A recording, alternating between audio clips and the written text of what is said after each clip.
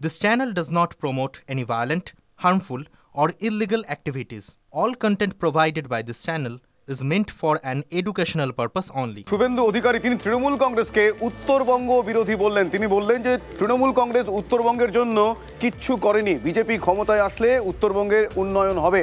স্বাধীনতার পর থেকে উত্তরবঙ্গের মানুষ তারা দিনের পর দিন কিছুই পাননি, যে কারণে বারবার তারা আলাদা হয়ে যাওয়ার কথা বলেন। ঠিক এভাবেই আজকে শুভেন্দু অধিকারী কি বলেছেন আমি পিসিআরকে বলবো একবার শোনাতে। আমরা ভারতীয় জনতা পার্টির সরকার এলে অগ্রাধিকারের ভিত্তিতে উত্তরবঙ্গে করব এবং এমন কাজ করব যাতে উত্তরবঙ্গের মানুষ আগামী দিনে উত্তরবঙ্গকে আলাদা রাজ্য করা বা বিচ্ছিন্ন হওয়ার কথা না ভাবেন। তারা তো এটা বলেন অভিমান থেকে, স্বাধীনতার এতদিন পরে তাদের অধিকার তারা পাননি বলে। সেটা বিজেপি কাজের মধ্য দিয়ে উত্তরবঙ্গের মানুষকে দক্ষিণবঙ্গের সঙ্গে কলকাতার সঙ্গে আরও সম্পৃক্ত করবে, দৃঢ় করবে, এই বিশ্বাস আপনারা রাখতে পারেন।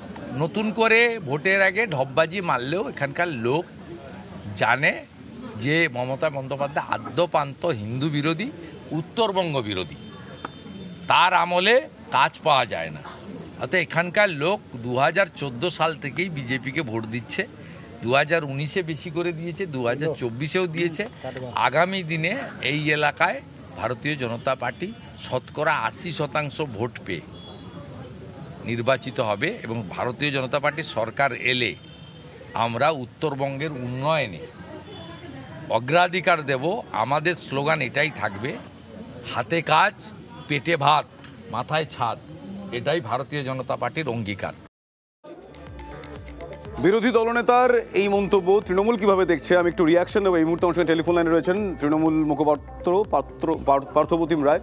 পার্থপ্রতিম বাবু, আমি আপনার কাছে জানতে চাইবো যে উত্তরবঙ্গে দাঁড়িয়ে এই সময় এবং সেখানে পার্সেন্টেজ বলে সেখানকার মানুষজনের অ্যাফিনিটি ইত্যাদি উল্লেখ করে এই সময় দাঁড়িয়ে তিনি যেটা বলছেন যে তৃণমূল কংগ্রেস উত্তরবঙ্গ বিরোধী, আপনার কি প্রতিক্রিয়া বিষয়? দেখুন, কেন্দ্রে দীর্ঘদিন ধরে ক্ষমতায় রয়েছে বিজেপি সরকার। শুভেন্দু বাবুকে একটু মনে করিয়ে দিতে চাই, তার বস অমিত শাহ থেকে শুরু করে স্বরাষ্ট্রমন্ত্রী অমিত শাহ এবং প্রধানমন্ত্রী বারে বারে উত্তরবঙ্গের বিভিন্ন প্রান্তে এসে বলেছেন চা বাগিচাগুলো অধিগ্রহণ করবে। বলেছিলেন নারায়ণী ব্যাটালিয়ন তৈরি করে এখানকার রাজবংশী এখানকার ভূমিপুত্রদের চাকরির ব্যবস্থা করবেন। এসব কথাও বলেছিলেন যে রাজবংশী কামতাপুরী ভাষাকে কেন্দ্রীয় সরকার অষ্টম তফসিলে নিয়ে আসবে। কিন্তু আজকে এতদিন পেরিয়ে গেল, এই কাজগুলোই করতে পারেনি। তো তারা ক্ষমতায় আসলে উত্তরবঙ্গের জন্য কি করবে বাংলায় সেটা মানুষ বুঝে গিয়েছে এবং ধীরে ধীরে তাদের এই উত্তরবঙ্গে যেটা শক্ত জমিন বলছে সেই জায়গায় তাদের কিন্তু ভাঙন শুরু হয়েছে।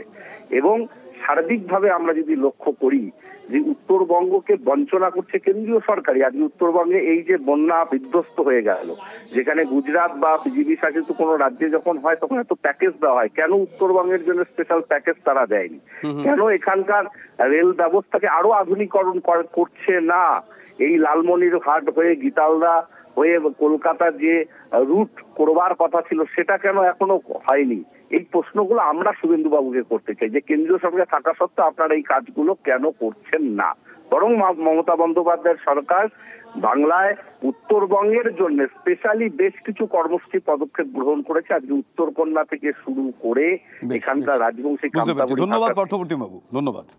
নর্থ ইস্ট জোনের সঙ্গে উত্তরবঙ্গকে যুক্ত করতে হবে, এটা তুমি বারবার বলছি। একটা গভর্নমেন্টেরও কমিটমেন্ট আছে, এরা যুক্ত করবে। কিন্তু কথা হলো সেপারেট কুচবিহার স্টেট, কুচবিহার করে তারপরে পশ্চিমবঙ্গে নর্থ ইস্ট জোনের সঙ্গে ঢুকতে হবে। তো সেপারেট স্টেট কি হওয়া সম্ভব এখন? হওয়া মানে করতেই হবে। গভর্নমেন্টও কমিটমেন্ট করেছে ভাই, লিখিত টিএবি তো বলা আছে না, শুধু কথাটা উল্লেখ করে নেই, কিন্তু ভার্বেলি তো আমাদের কমিটমেন্ট করেছে। গভর্নমেন্ট বলেছে ইউনিয়ন টেরিটরি বানাবে বলে। সেটা কতদিনের মধ্যে হতে পারে দাদা, টাইম ফ্রেম? এখন গভর্নমেন্টকে দেখছি গভর্নমেন্ট কি করছে। বারবার তো আমি বলছি, এক কথা তো বারবার বলছি গভর্নমেন্টকে।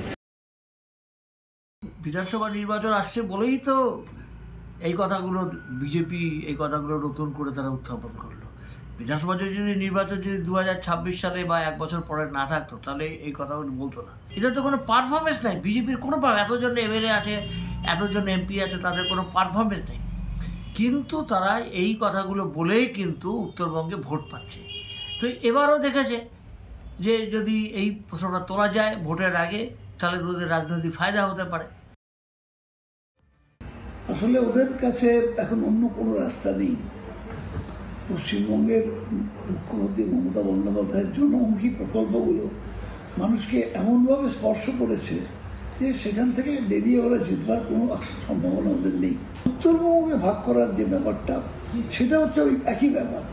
উত্তরবঙ্গের মানুষ তার পরবর্তীকালে ভোটের পর, জেনারেল ইলেকশনের পরে আমাদের রাজ্যে যতক্ষণ নির্বাচনে সব করাতে আমরা জিতেছি, সব করাতেই আমরা জিতেছি, এবং আগামী দিনেও যে উত্তরবঙ্গ থেকে যে সিট পেয়েছিল এবার পাবে না।